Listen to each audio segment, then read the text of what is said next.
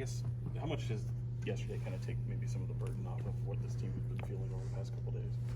No, you know, anytime we win, especially at this point in the season where we are in this race, you know, you feel good about it.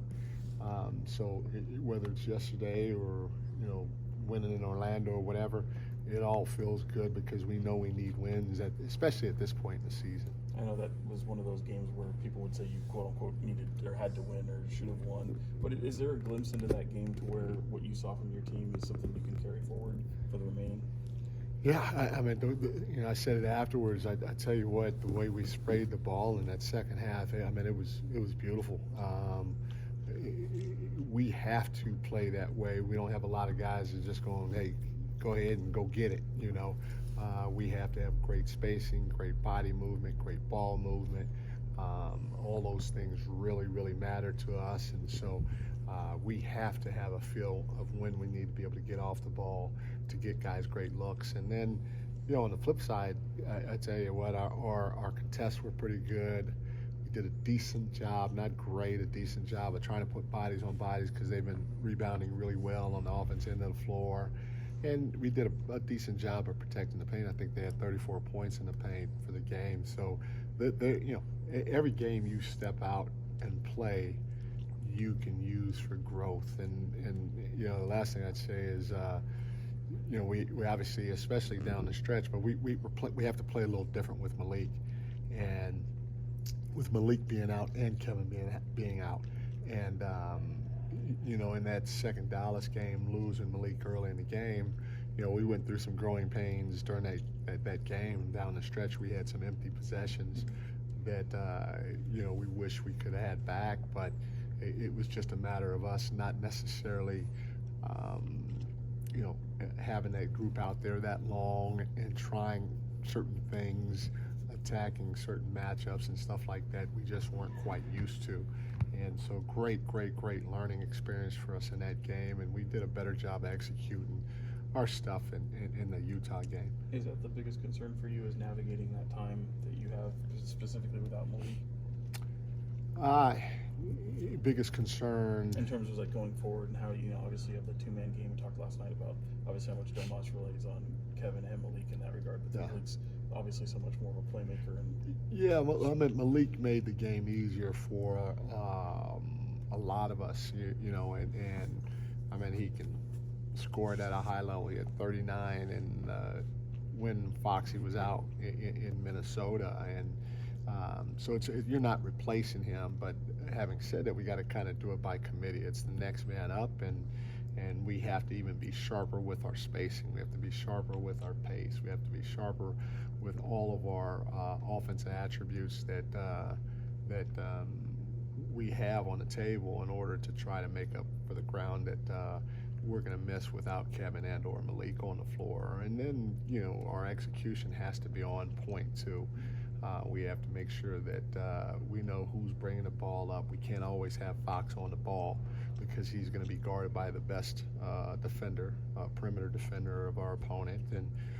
And so him having to bring the ball every time and then make a play every time, that's taxing on anybody. So that means that Davion and Keon are going to have to play big minutes for us during crunch time, and they're going to have to handle the ball and initiate the offense and try to get guys in the right spot and, you know, all that other stuff. So there are some challenges that we're going to have down the stretch, but they're all ones that we're looking forward to, and every time we step out on the floor, we're going to probably get a little bit better with it.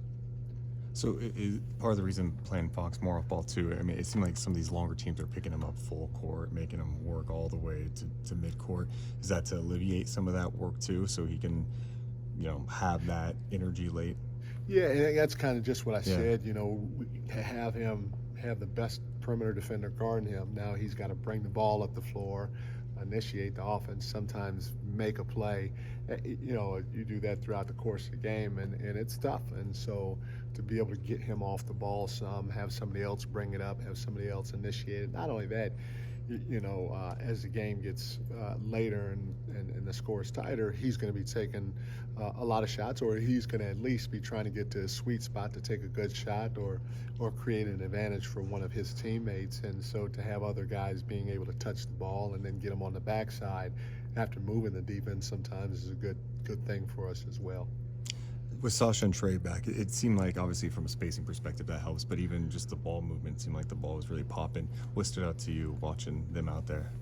They're veteran guys. We're a little bigger. When they weren't on the floor, we've been smaller. We've had to play Keegan and HB heavy minutes, especially against a team like Dallas. But the biggest thing is the flexibility that they bring to the table, our ability to offensive and defensive rebound, our ability to protect the paint a little bit more. It helps out, but and then like you said, those guys are good shooters. They have a great feel for the game. They've been around for a while, and they help with all those other little things that are staples offensively. I know you said you need more from everybody. What's that? You need more from everybody, Yeah, I think, yeah. on offense. But do you view this as an opportunity for Keegan to specifically take that step forward on offense and take more initiative?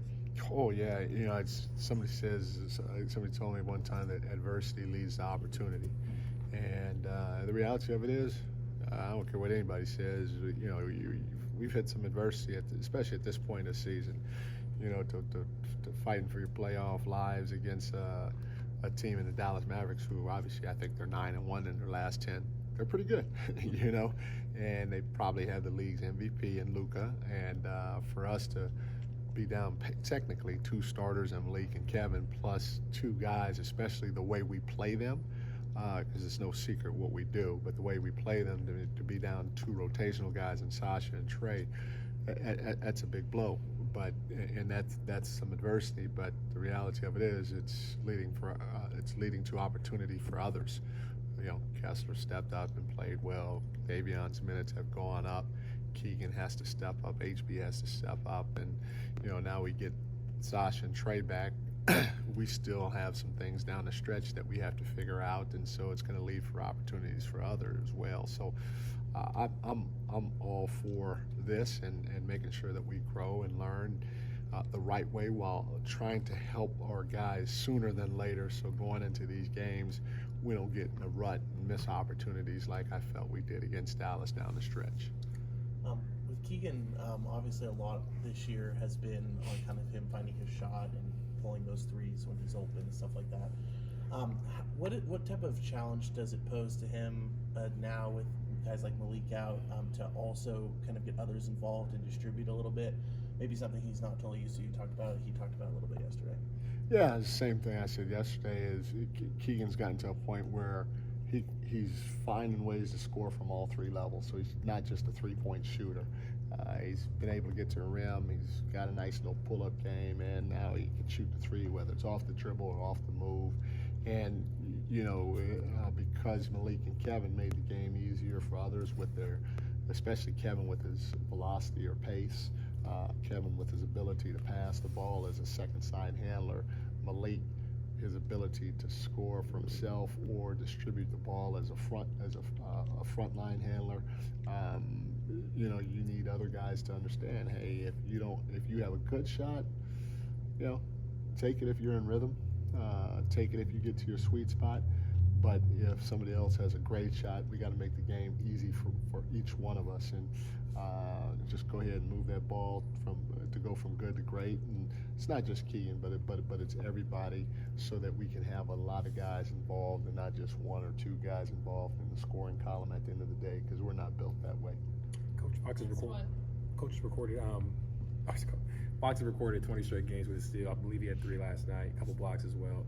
Just how important is it for him to be that impactful on both ends of the floor at this stretch of the season?